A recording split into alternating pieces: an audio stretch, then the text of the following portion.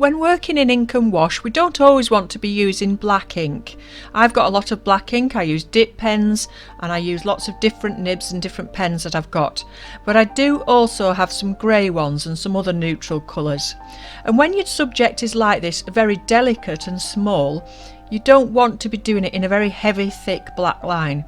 So the pens that I'm using for this are a light grey and a dark grey, and the Uni Pin fine liners are size 0.1.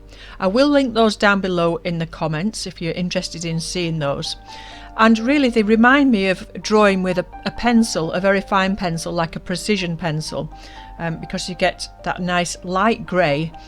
Especially the dark grey one, it looks very much like a pencil line and it's lovely to work with. So I set off with a light grey first to do the shape, and then I put some more of the shading and the darker areas in with the dark grey, but it's still considerably lighter than it would have been if I'd used black.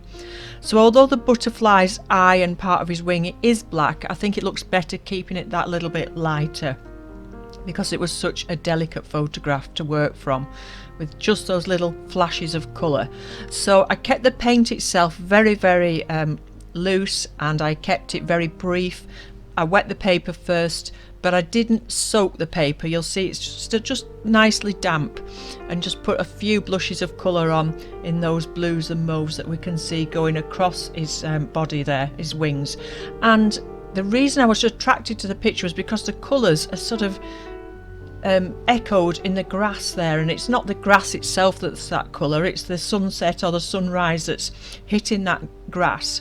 It looks like ears of wheat or something, and the light's hitting it and giving us those there's a little hint of pink in there and gold. So you could really go to town on doing a very detailed, beautiful painting of this, even in oil paints, whatever, because it's an absolutely stunning photograph. And I will link that down below as well in the description if you want to work from it in this medium or any other medium. But really this video was just about saying, don't always get a thick black line out.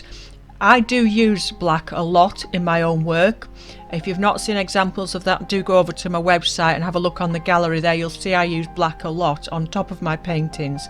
But now and again it's nice to do something a bit more delicate, and these pens, especially the light grey, gives you a really nice soft light feeling to it.